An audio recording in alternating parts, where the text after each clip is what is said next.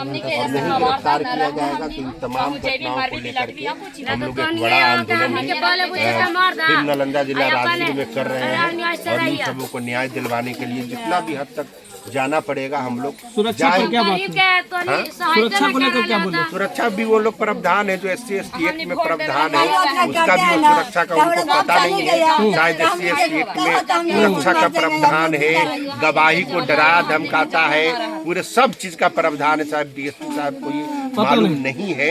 हम लोग उनको देंगे जाकर के रिटेन में कि इस धारा के अंतर्गत SC/ST एक्ट सुरक्षा का पीड़ित परिवार का प्रावधान है, आपको देना चाहिए। यहाँ डराया धमकाया जा रहा है जो बिल्कुल गलत है।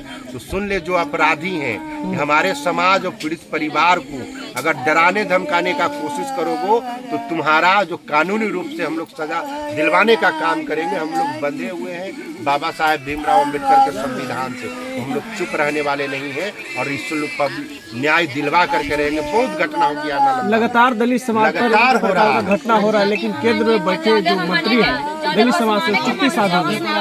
अब ये जो मंत्री हैं उनसे आप लोग जाके पूछिए, पूरा समाज पूछे कि क्या आपको इन लोगों ने वोट किनको दिया था, पूछ लीजिए वोट किनको दिया था, जाति के आधार पे, क्या के आधार पे, और वो लोग क्या कर रहे हैं। क्या वोट देकर के सिर्फ सो जाने के लिए और अपना दिल्ली और पटना मुंबई में बंगला और सरकारी सारा सुविधा लेने के लिए आप लोग मंत्री बने हैं। ये लोग तो चिराग पासवान से गुहार भी लगा रहे थे कि चिराग पासवान भैया आइए न्याय दिलाइए। इन लोग से आएंगे कि नहीं आएंगे, न्याय दिलाएंगे कि नहीं दिलाएंगे, क्या यहाँ आएंगे?